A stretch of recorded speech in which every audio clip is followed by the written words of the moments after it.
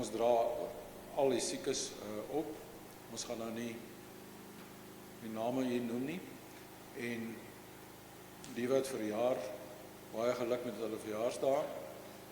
Ons sal weer opvang wat dit dan betref. En dan wil ons vir Dr. Christo baie dankie sê dat hy die erediens vir ons gaan waarneem. Dan kan die erediens begin. Dankie.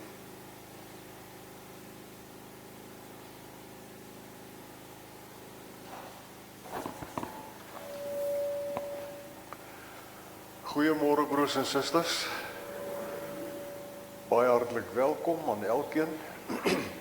Mag ek sommer ook sê vir al die paas, geseënde Vadersdag, mag dit 'n goeie dag wees. Die van u wat vandag paas onthou wat lankal nie meer daar is nie, dis ook goed so. Kom ons sing ons toetrede lied.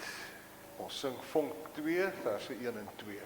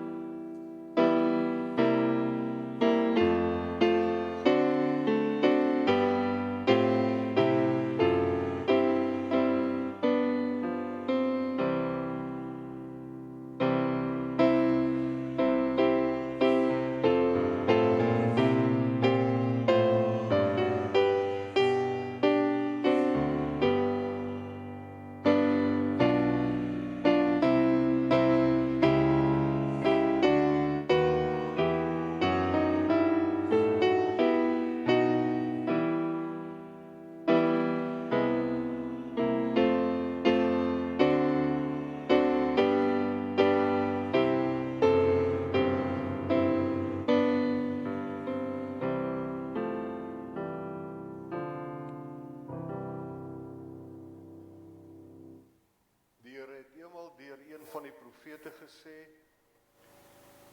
luister aandagtig na my, sodat julle kan eet wat goed is en versadig kan word met die beste wat daar is. Genade en vrede vir u van Jesus Christus ons Here en van die Heilige Gees. Amen. Ons lofsang is Vonklied 84 en ons sing al 3 strofes.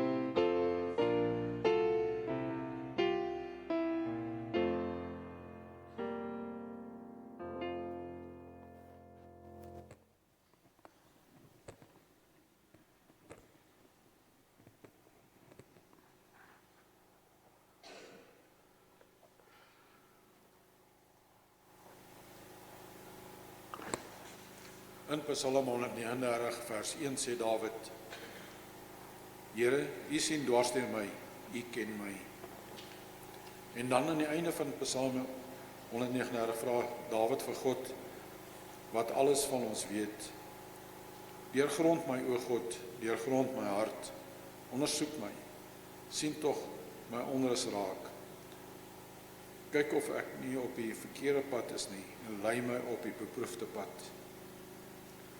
Ons lees in Markus 10 vers 17, dat iemand eenmaal na Jesus toe gehardloop het en op sy knieë voor Jesus neergeval het. En terwyl hy vir Jesus vra, Goeie leermeester, wat moet ek doen om die ewige lewe te verkry? En dan het Jesus hom geantwoord, jy ken die gebooie, jy mag nie moord pleeg nie, jy mag nie egbreek pleeg nie, jy mag nie steel nie, jy mag nie 'n valse getuienis aflê nie, jy mag nie iemand veronreg nie, eer jou vader en jou moeder. En dan volgens Markus 10 vers 20 lees ons die persoon antwoord vir Jesus, Meneer, dit alles het ek van my kindsdae af nagekom. Toe het Jesus na hom gekyk en hom lief gekry en vir hom gesê, net een ding wat jy kort, gaan verkoop alles wat jy het, gee die geld vir die armes en jy sal 'n skat in die hemel hê. Kom dan terug en volg my. Maar dan, so vertel Markus, het die man bedroef weggegaan en gesê, wie kan dit doen? Maar God dank, in Psalm 130 vers 3 en 4, hoor ons in hierdie wonderlike versekering. As U ons sondes in aanmerking sou neem, Here, wie sou dan nog bestaan? Maar by U is daar vergifnis, daarom word U steeds gedien. Laat ons dan ons Paulus se woorde altyd onthou, waar hy sê, maar nou het die vryspraak deur God in werking getree. Dit is die vrymaking wat nie verkry word deur die wette onderhou nie, maar deur in Jesus te glo. Kom ons sing nou Gesang 565 vers 2.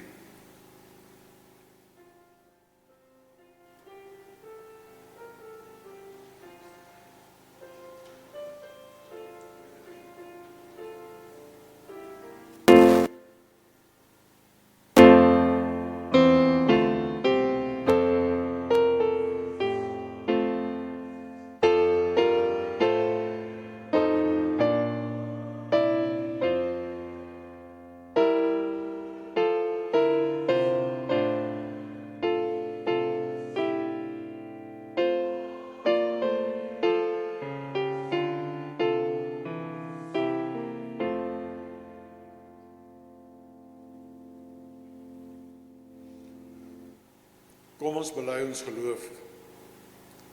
Ons glo in een God, die almagtige Vader, die skepper van die hemel en die aarde, van alle sigbare en onsigbare dinge, en in een Here, Jesus Christus, die eniggebore Seun van God, voor al die eeue uit die Vader gebore. Hy is God uit God, lig uit lig, ware God uit ware God gebore, nie gemaak nie, een in wese met die Vader, deur wie alles tot stand gekom het.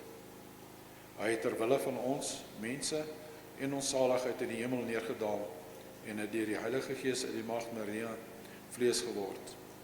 Hy het mens geword onder Pontius Pilatus is hy gekruisig. Hy het gelei en is begrawe. Op die derde dag het hy volgens die skrifte opgestaan, en hy het na die hemel opgevaar. Hy sit aan die regterhand van God, en hy sal met heerlikheid terugkom om die lewendes en die dooies te oordeel. Aan sy koningskap sal daar geen einde wees nie. Ons glo in die Heilige Gees, wat die Here is en lewend maak. Hy gaan van die Vader en die Seun uit. Hy word saam met die Vader en die Seun aanbid en verheerlik. Hy het deur die profete gespreek. Ons glo aan een heilige algemene apostoliese kerk. Ons bely een doop tot vergifnis van sondes. Ons verwag die opstanding van die dooies en die lewe van die toekomstige bedeling. Amen. Kom ons sing Gesang 445 vers 1.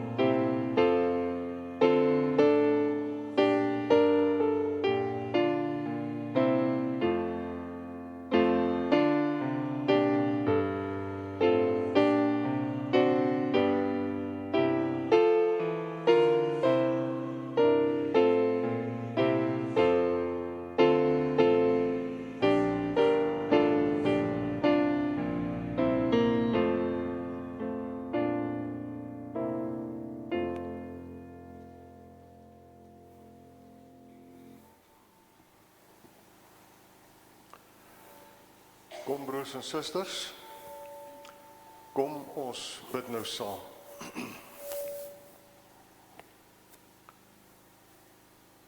Ons troue almagtige ewige God, wanneer ons vanmôre voor U stil word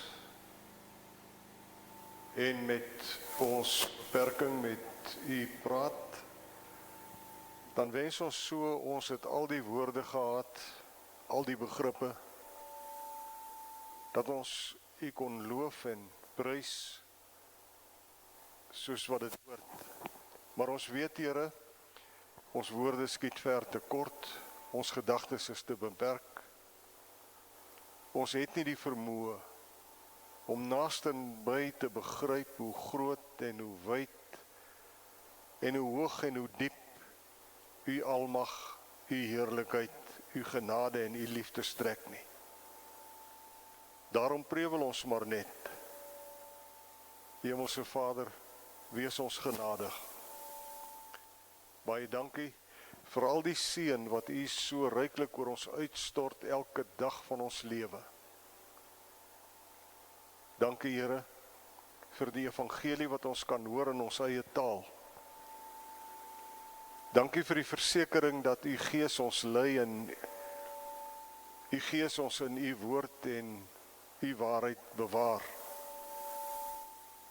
Dankie dat ons onder alle omstandighede kan kom en kan bid vir hulle wat op ons voorbidding reken, vir die wat oud en siek geword het, vir die eensames, vir die gebrokenes, vir die wees en verwaarloosde kinders, vir 'n stukkende wêreld. Liewe Here, ons is skaam as ons om ons kyk en ons sien wat ons, die mens, die kroon van U skepping, met U skepping gedoen het. Vergewe ons asseblief. Leer en lei ons hoe om te bewaar, hoe om te behou, hoe om te bou en hoe om nie te breek nie. Ons bid vanmôre ook met groot dankbaarheid vir ons gemeente, hierdie plek van aanbidding, hierdie gemeenskap van gelowiges. Maar ons bid ook vir al die ander plekke van aanbidding en vir al die ander gemeenskappe van gelowiges, en ons vra dat U deur U groot genade ook so sal werk, dat elkeen U teenwoordigheid sal beleef. U leer ons in U woord, dat U weet wat ons nodig het nog voordat ons vra. Dankie dat ons kan sê, Here, U gee in die groot genade en oorvloed, wil U steeds ook gee wat U weet ons nodig het. Gee vir ons nou die vermoë om soos goeie grond in afwagting te sit op die saad wat gesaai gaan word. En as dit U wil is, Here, gee dat daardie saad mag groei en baie vrugte sal dra tot eer van U naam. Hierdie dinge vra en bid ons met die vergifnis van ons sonde in Jesus se naam. Ons weet ons verdien niks. Ons weet alles is genade, maar ons vra tog, Here, gee vir ons dit wat U weet ons nou nodig het.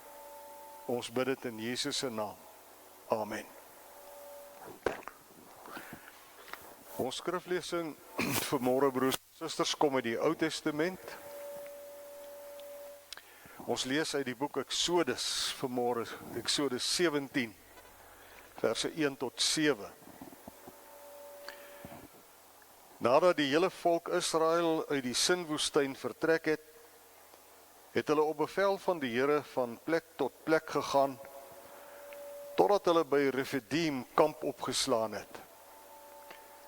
Maar daar was geen water vir die volk om te drink nie. En toe het die volk met Moses rusie gemaak en gesê, gee jy vir ons water om te drink? En Moses antwoord hulle, waarom maak julle rusie met my? Waarom stel julle die geduld van die Here op die proef? Maar die volk was dors, en hulle het vir Moses verwyd. Waarom het jy ons uit Egipte laat optrek om ons en ons kinders en ons vee van dors te laat opkom? Daarna het Moses tot die Here geroep, wat moet ek met hierdie volk aanvang? Net nou gooi hulle my met klippe dood. En toe sê die Here vir Moses, loop voor die volk verby en neem die leiers van Israel saam en vat ook die kierie waarmee jy op die Nylse water geslaan het en stap vooruit. Ek sal daar reg voor jou op die rots by Horeb staan. En dan moet jy teen die rots slaan en daar sal water uitloop vir die volk om te drink. Moses het dit toe gedoen voor die oë van die leiers van Israel. En hy het die plek Massa en Meriba genoem, omdat die Israeliete daar met Moses rusie gemaak het, en ook omdat hulle die geduld van die Here op die proef gestel het, toe hulle gesê het, is die Here by ons, of nie? Ons lees tot sover. Die Here se woord sê geseënd is elke mens wat uit sy woord lees, en ook hulle wat dit hoor, en wat ter harte neem wat daarin geskrywe staan, want die eindtyd is naby. Ons teks vanmôre is die woorde van die laaste deel van vers 7. Die vreemde vraag, is die Here by ons, of nie? Nou vandag, broers en susters, vier die kerk die drie-eenheid Sondag. Miskien is die woord vier nie heeltemal gepas nie. Dalk sou dit beter wees om te sê, gedenk die kerk, drie-eenheid Sondag, of dink die kerk aan drie-eenheid Sondag. Want drie-eenheid Sondag is nou nie juis een van die groot feesdae in die kerkjaar nie. Maar dis 'n baie spesiale dag in die kerkjaar. Dis die dag waarop die gelowiges nadink oor die werking en die bestaan van die onsienlike, ewige, almagtige, drie-enige God. Die Vader, die Seun en die Heilige Gees. Nou ons weet almal, na Advent is die tyd waar die kerk dink aan die koms van die Here Jesus, na Kersfees en na Lydenstyd en Paasfees en Hemelvaart en Pinkster, waar ons elke keer stil staan by baie belangrike gebeurtenisse op God se pad met ons in hierdie lewe, word vandag gewy om te dink aan die misterie, die grootsheid van die drie-enige God wat ons aanbid. En vandag, net so vir die interessantheid daarvan, eer gelowiges reg oor die wêreld die ewige drie-enige God, Vader, Seun en Heilige Gees. En die ou kerkvadere het besluit, dit moet net een dag duur, een wat simbolies is van die drie eenheid. Maar gaan dit vandag ook oor 'n ander saak? Dit gaan veral oor die misterie van God.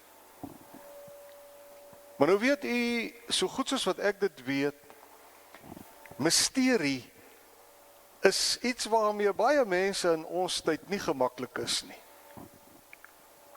Misterie is vir sommige mense iets wat hulle nie met die heldere en rasionele denke van die moderne mens moet assosieer nie. En dis waarom ek die teksgedeelte wat ons vanmôre gelees het, gekies het.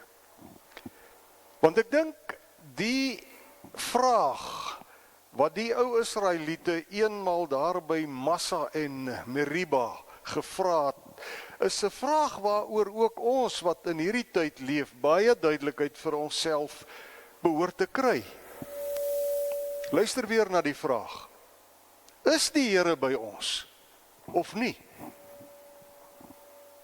Wat sal u sê? Ek glo, want ek ken u, u sal sê ja. Natuurlik is die Here by ons.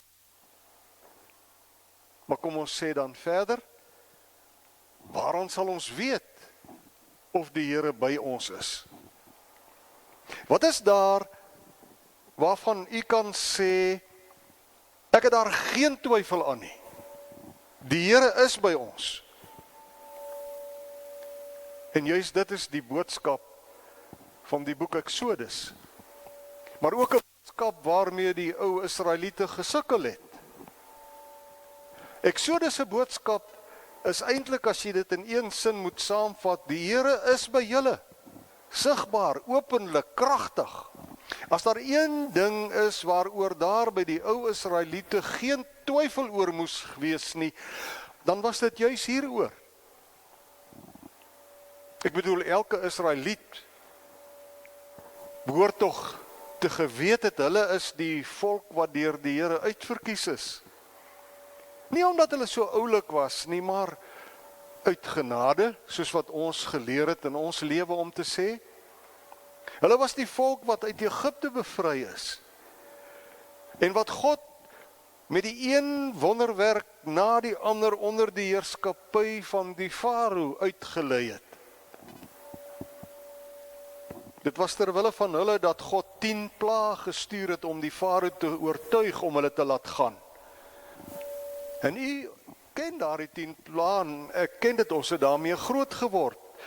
Die Nylwater wat in bloed verander het, die paddas, die muggies, die steekvliee in hulle miljoene, die pes onder die vee, swere op mense en diere, haal en sprinkane, 3 dae duisternis, en dan uiteindelik die dood van die eersgeborenes van die Egiptenaars.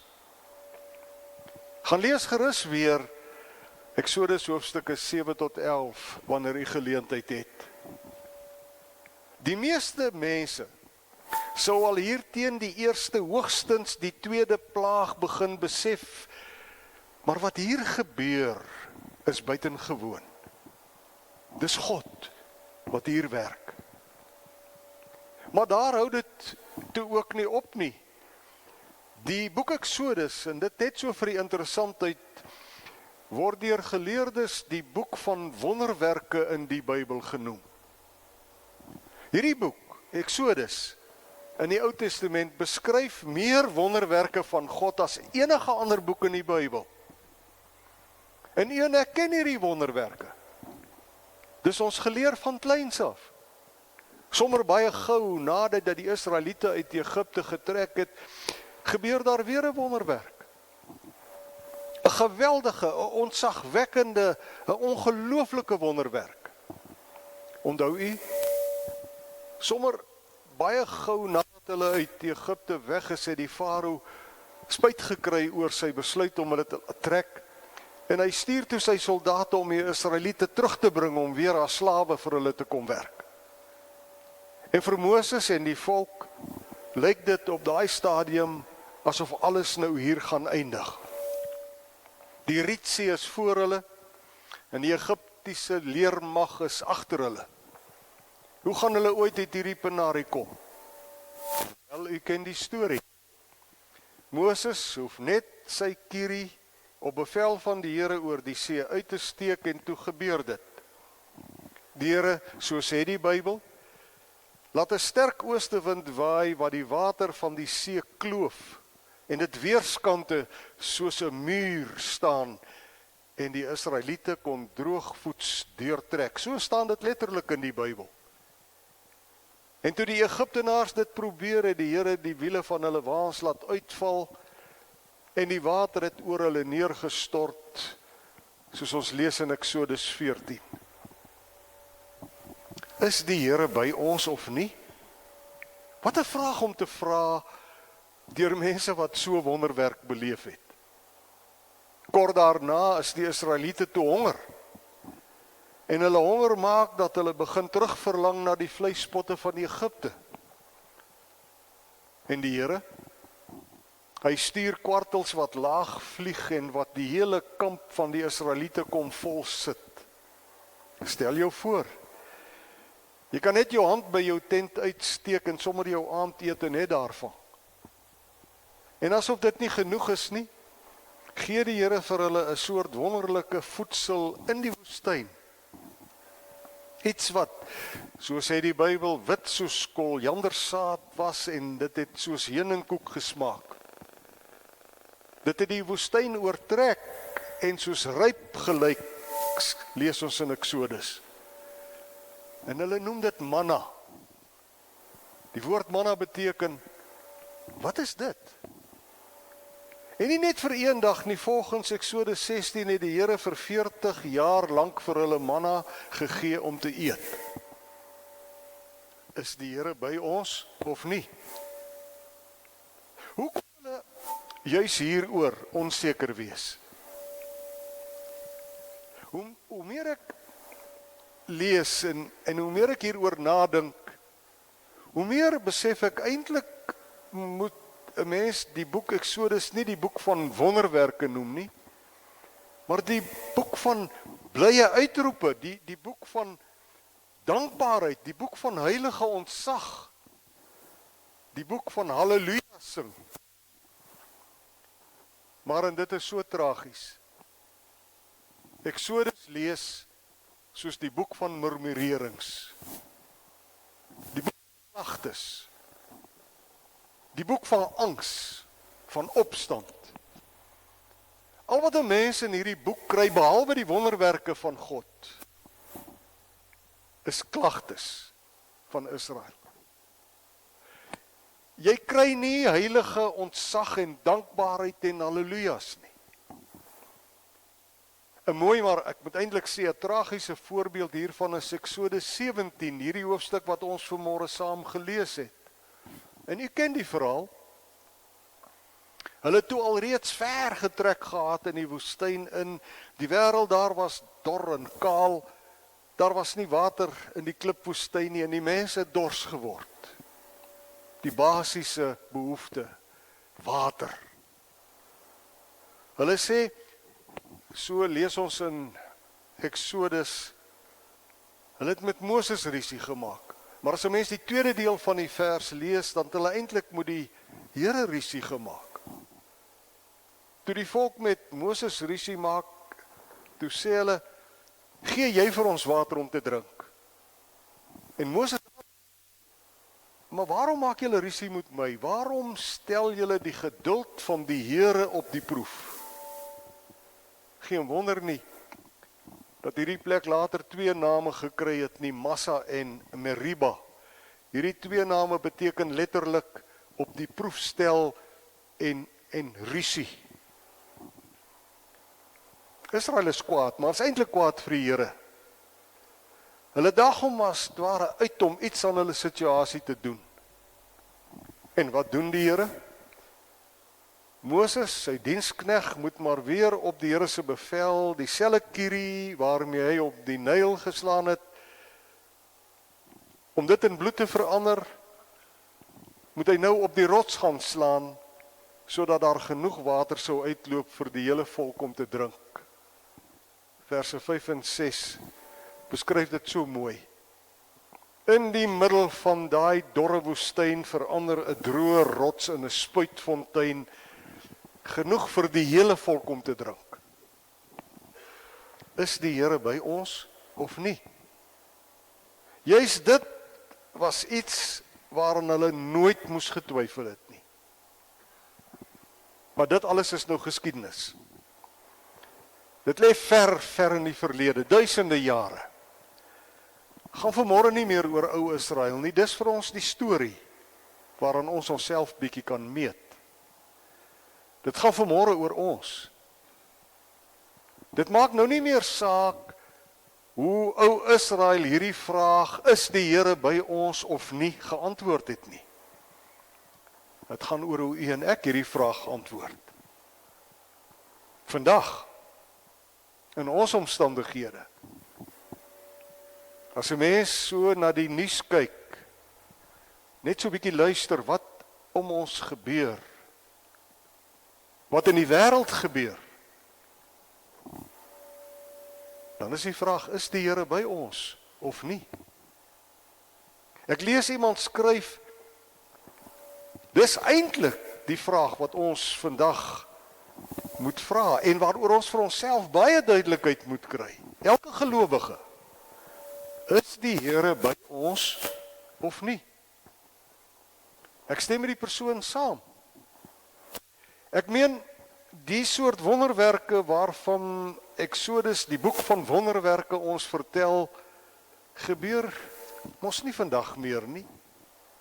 Daar kom nie 10 plaae uit die hemel uit om jou vyand te oortuig, God is aan die werk nie. En as jou begroting nie klop nie en jou kosvoorraad begin opraak, dan kom sit die kwartels tog nie elke aand jou agtertuin vol en lê die manna nie wit op jou gras soos ryp nie. Droë rotse verander nie sonder meer in spuitfonteine nie. Dalk is daar mense wat wens dat ons iets van daardie wonderwerke weer kan sien waarvan ons in die boek van wonderwerke lees. Dalk sou so iets dit vir sommige mense makliker gemaak het om te glo. Ander mense sal dalk weer kan sê, miskien is daar fout met ons geloof.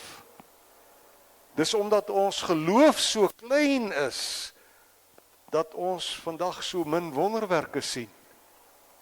Of dalk sou 'n mens kon sê, dalk het die Here oor die eeuwen verander. En daarom doen hy in ons tyd soveel minder wonderwerke as in die tyd van Moses. Maar dink nou mooi, wanneer 'n mens eers so begin redeneer, dan is jy eintlik maar besig om dieselfde vraag te vra as wat die Israeliete gevra het. Is die Here by ons of nie? Jy sien, en dis gevaarlik. Ou Israel wou 'n God hê wat presies so moes optree soos wat hulle wou hê hy moet optree. En daarom het hulle daai goue kalf gemaak waar rondom hulle kon dans en waarom hulle kon hoop dat hy vir hulle sou gee wat hulle wanneer wil hê. En op die ou einde was daai goue kalf maar net 'n mensgemaakte God wat na hulle pype moes dans. En die God wat ons aanbid is nie so nie. En dis dan, wanneer jy so God geskep het, dat 'n mens God se geduld op die proef stel, wanneer 'n mens rusie maak met God, as hy nie doen en optree, soos wat jy verwag hy moet optree nie. En dis dan dat 'n mens geloof so wipplank ry, soos die van ou Israel. As die Here wonders doen, dan glo hulle in hom. Aan die ander kant, as hy nie wonders na hulle sin doen nie, dan glo hulle nie. En dis dan dat 'n mens, om dit so te sê, leef van wonderwerk na wonderwerk en nie uit vertroue in die Here se woord alleen nie. Dis dan dat die Here se beloftes nie vir 'n mens genoeg is nie. Jy wil meer hê. God, die drie enige God wat ons aanbid, my broer en suster, is God. Hy werk soos hy werk. Hy produseer nie volgens ons voorskrifte nie. O ja, hy doen nog wonderwerke, ook aan ons tyd. Daarvan kan baie van ons getuig wat vanmôre in hierdie kerk is. God kan vandag nog kwartels en manna gee as hy wil. Hy kan vandag nog water uit rotse laat loop. Maar, en hoor mooi, sy woord sê God praat deesdae veral op 'n ander manier met ons. Natuurlik kan hy doen wat hy wil en wonderwerke doen soos hy wil. Maar lees saam met my Hebreërs 1 vers 1 en 2. In die verlede het God baie keer en op baie maniere met ons voorvaders gepraat. Deur die profete. Maar nou in hierdie laaste dae het hy met ons gepraat deur die Seun. Kom ons lees dit weer. In die verlede het God baie keer en op baie maniere met ons voorvaders gepraat deur die profete. Maar nou in hierdie laaste dae het hy met ons gepraat deur die Seun. Hoe verstaan u hierdie woorde? Kan ek jy sê hoe ek het verstaan? God stuur sy Seun na die aarde toe, maar dan nie in 'n magnifieke wolkkolom of in 'n asemrowende pilaar nie. Hy stuur hom in 'n brose menseliggaam. En Jesus, daai Seun van God, wat God na ons toe stuur, hy word nie net in 'n krib, in 'n stal gebore nie. Later in sy lewe laat hy toe dat daar op hom gespoeg word, dat hy met 'n sweep, die Bybel sê 'n gesel geslaan word, dat hy gekruisig word. En wanneer hy van sy koninkryk praat, dan sê hy sy koninkryk is verborge vir menslike oë. Dis 'n vreemde uitspraak. Hy sê sy koninkryk werk onsigbaar, so suurdeeg. Hoor iets van die misterie van God. Kan jy dink, dis geen wonderwerk, geen wonder, dat baie mense begin twyfel nie. Dat baie mense vra, is God by ons of nie? Van sy koninkryk sê die Here Jesus, dit is so klein soos 'n mosterdsaadjie, 'n spikkeltjie, iets wat 'n mens baie maklik kan miskyk. Hy sê van sy koninkryk, die onkruid groei in hierdie koninkryk nog welig saam met die koring op die lande. Dink daaraan. Die farao's van ons tyd verdrink nie saam met hulle strydwaans in die see van God se oordeel nie. Nee, wanneer ons 1 Petrus 5 vers 8 lees, dan hoor ons, die duiwel loop in ons tyd nog rond soos 'n brullende leeu op soek na iemand om te verslind. En as ons die vraag vra, maar is die Here by ons of nie? Dan stuur die Here nie 'n legioen engele om ons vraag te kom beantwoord nie. Nie as ons Matteus 28 lees, dan hoor ons die Here stuur gewoon sy Gees om ons daaraan te kom herinner dat sy Seun, die gekruisigde as opgestane Here, by ons is tot aan die volëinding van die wêreld.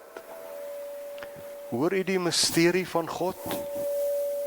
En as ons soek na verdere tekens, dan is dit wat ons kry nie hope manna en kwartels oral om ons heen nie, maar net 'n bietjie nagmaalbrood en 'n bietjie wyn en 'n doopvont met 'n bietjie water om ons te herinner hoe hierdie God werk.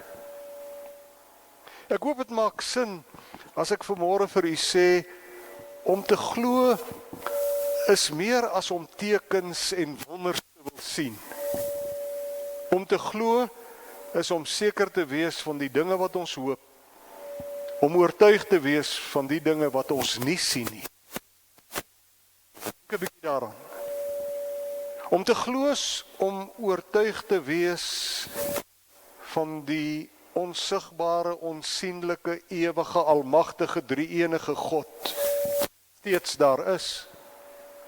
God wat nie net vir Israel ten spyte van hulle murmurerings in die ingebring het nie, maar wat ook vir ons by die nuwe hemel en die nuwe aarde sal bring, omdat hy dit so beloof het. Is die Here by ons of nie? Weet jy, ek dink dis die verkeerde vraag om te vra. Laat my toe om te verduidelik. 'n Afvaardiging Christene het eenmaal vir Abraham Lincoln, een van Amerika se vroeëre presidente, gevra tydens die baie donker dae van die Amerikaanse burgeroorlog. Toe stuur hulle 'n afvaardiging na hom toe om te vra, ons hoop die Here is by ons, meneer Lincoln. En president Lincoln het so geantwoord, ek reken dis nie so belangrik soos iets anders nie. En die besoekers het verbaas na hom gekyk, want wat kan belangriker wees as om te glo dat die Here by ons is? En toe voeg die ou president dit by, ja, dis baie belangrik, dis ongelooflik belangrik, maar ek weet, die Here is by ons. Hy het dit so beloof. Ons kan dit met absolute sekerheid aanvaar. Die vraag waaroor ons moet bekommer is of ons by die Here is. En ek reken, dis ook die vraag waarop elkeen van ons in ons omstandigheid vir ons duidelikheid moet kry. Oor die vraag wat die ou Israeliete gevra het, is die Here by ons of nie, hoef ons nie te bekommer nie. Kyk maar net om jou. Luister maar net na sy woord.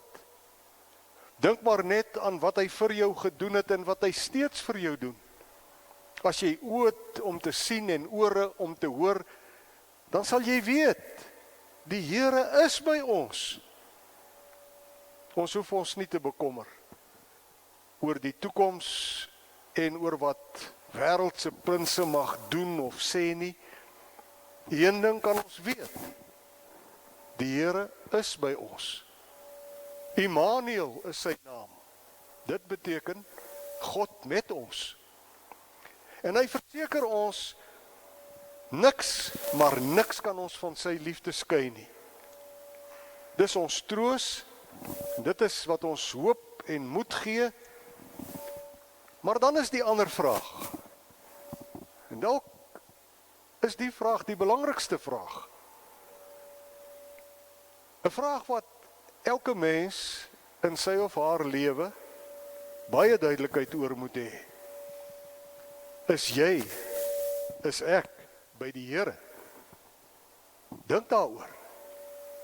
Is jy by die Here? Soos hy by jou is. Wie daaroor duidelikheid gekry het, so sê die Bybel, sal geseënd wees. Amen. Kom ons bid. Here, U is so naby aan my soos die kykers van my oë. Vergewe my dat ek dikwels so blind is vir U. Open asseblief my hart se oë dat ek kan sien watter hoop my roeping inhou, en dat ek kan ervaar hoe geweldig groot die krag is wat U uitoefen in elkeen wat glo. Ek bid dit in Jesus se naam, op grond van U groot genade. Amen. Kom ons sing nou as slotsang gesang 518. Na die uitspreek van die seën is die wegsending lied gesang 502, die eerste vers.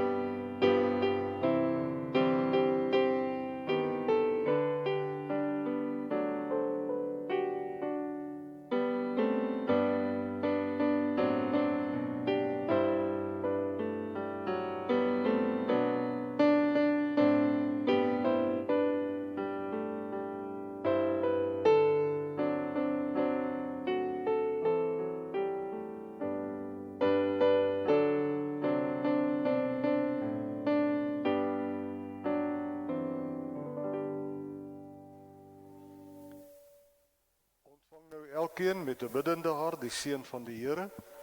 En dan gaan ons hier uit mekaar in sy vrede. Die Here sal julle seën en julle beskerm. Die Here sal tot julle redding verskyn en julle genadig wees. Die Here sal julle gebede verhoor en aan julle vrede gee. Amen.